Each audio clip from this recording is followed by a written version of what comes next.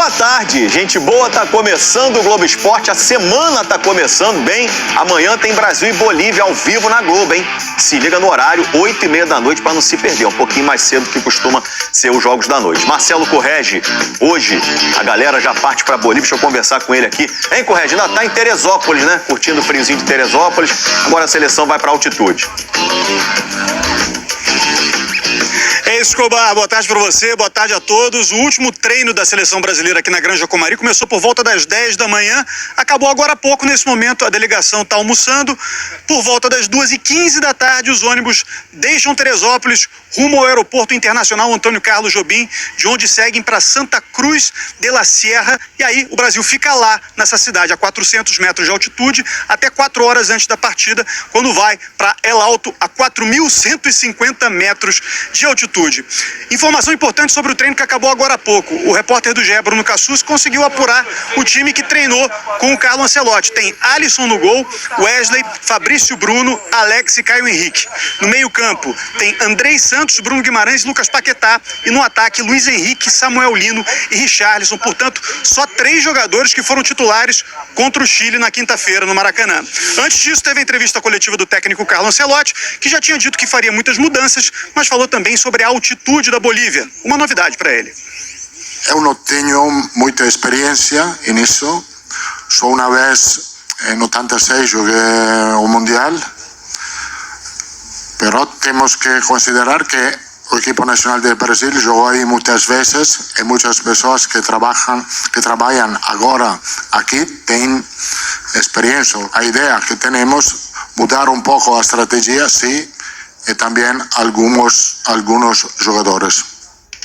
Muito bem, mestre Ancelotti falando português cada vez melhor. Quem tá cheio de moral na seleção é menino Estevão. Fez o primeiro gol dele no último jogo, tem sido titular com o Ancelotti. Bruno Cortes bateu um papo legal com ele. Precoce desde sempre no futebol. Estreou cedo como profissional, na seleção, no futebol europeu. O feito mais recente foi o gol que abriu o placar da vitória sobre o Chile na última quinta-feira. Estevão! É o nome do primeiro gol com a camisa brasileira! Nunca tinha jogado no Maracanã, primeira vez. Então, por tudo que representa o Maracanã, tudo que representa a seleção brasileira, acho que não poderia ser melhor. A primeira vez no Maracanã se tornou ainda mais inesquecível para Estevão por conta do primeiro gol pela seleção. E tá aí uma coincidência nesse começo de história do atacante, jogando pelo Brasil com o início de quem foi o maior de todos os tempos a vestir essa camisa. 68 anos depois, nada de comparações. Estevão quer apenas seguir um caminho que começou a ser trilhado em setembro do ano passado, quando estreou pela seleção. O maior objetivo, acho que, de todos os jogadores são a Copa do Mundo. Há menos de um ano da Copa, Estevão está em alta com o professor Ancelotti. Foi titular em 2 dos 3 jogos comandados pelo italiano. Nos treinos ou na intimidade da concentração, as conversas entre comandante e comandado são frequentes. A gente fala inglês, espanhol. Ele também gosta do que eu falo inglês, que gosta que eu aprenda inglês.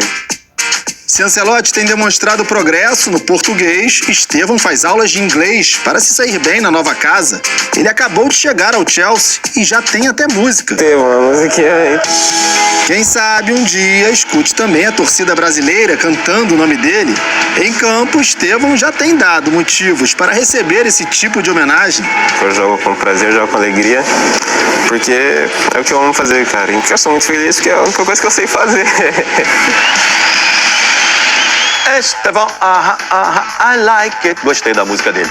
Líder, Flamengo, se preparando para enfrentar o Juventude domingo pelo Brasileirão.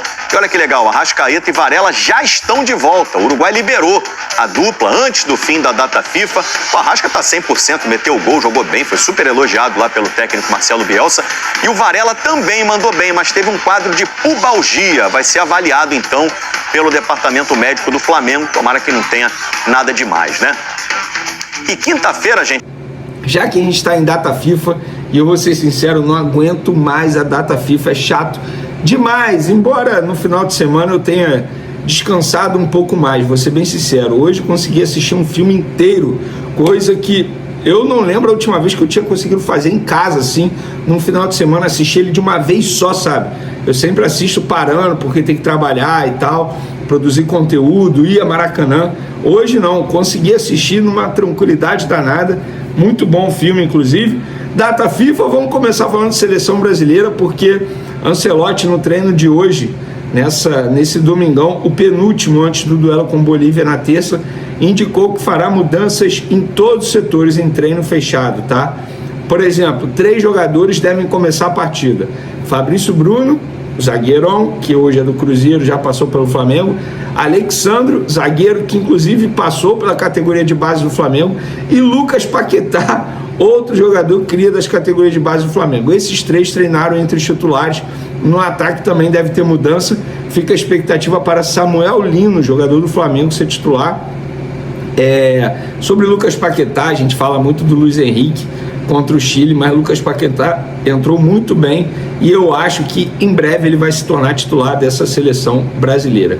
Fica aí as informações para vocês sobre a seleção, mas agora falaremos de Flamengo, porque hoje a Flamengo TV divulgou um vídeo de uma entrevista com Eric Pulgar, reforçando a informação que a gente trouxe no último vídeo, que ele vai fazer uma tomografia nessa semana para saber como está o processo de recuperação no local da lesão, que foi no quinto metatarso. Se tiver 100% local, ele já inicia a etapa final para poder voltar, e aí demora cerca de 15 a 21 dias. Mas o Pulgar falou: já me sinto super bem, sem dor, fazendo mais trabalhos e carregando mais peso. Estou cada vez mais perto de voltar ao campo e ansioso para treinar com o grupo. Nós também estamos ansiosos para ver o Pulgar de volta ao Flamengo.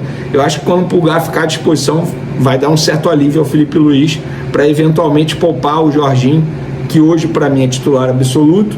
E aí fica a dúvida: Pulgar, Jorginho e Saul? Independentemente de qual seja a escolha vai ser muito boa, porque estamos falando de 3 grandes jogadores. Mas na ausência do Pulgar, Saul e Jorginho tem tudo para se tornar aí a melhor dupla de volantes do futebol brasileiro.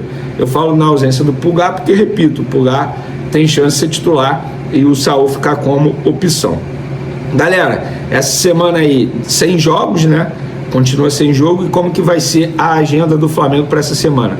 Todos os dias treino às 9h30 da manhã, exceto na terça-feira, quando terá folga para o elenco.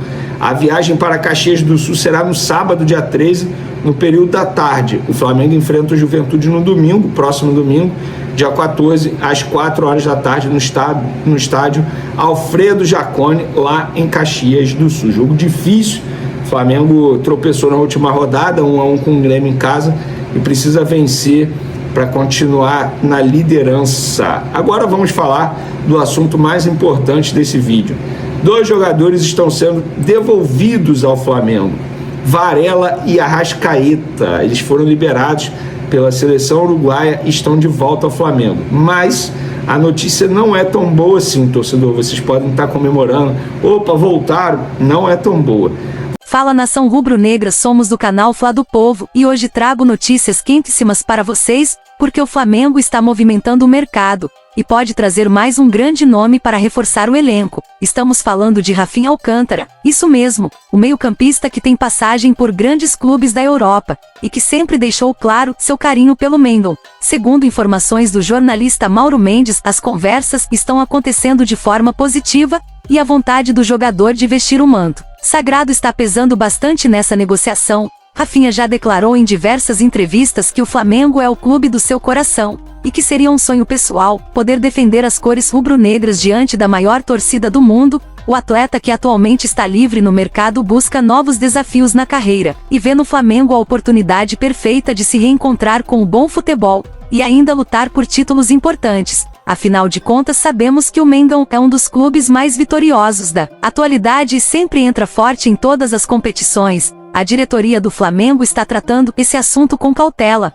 mas as informações que chegam de dentro do clube apontam que as negociações estão bem encaminhadas e que falta muito pouco para um desfecho positivo. A ideia é que Rafinha Alcântara chegue para agregar qualidade ao meio de campo e aumentar ainda mais as opções do técnico. que ganharia um jogador versátil capaz de atuar em diferentes funções e dar um dinamismo importante ao setor. A torcida já começa a se empolgar nas redes sociais e a movimentação é grande porque todos sabem que quando o Flamengo entra em cena para contratar, geralmente a história termina com anúncio oficial e festa da nação. A expectativa é enorme e a qualquer momento podemos ter novidades sobre essa possível contratação. Portanto, fiquem ligados, porque Rafinha Alcântara pode sim realizar seu sonho de jogar pelo Mengão. E quem sabe, em breve estar brilhando no Maracanã lotado com o apoio de milhões de rubro-negros espalhados pelo Brasil e pelo mundo.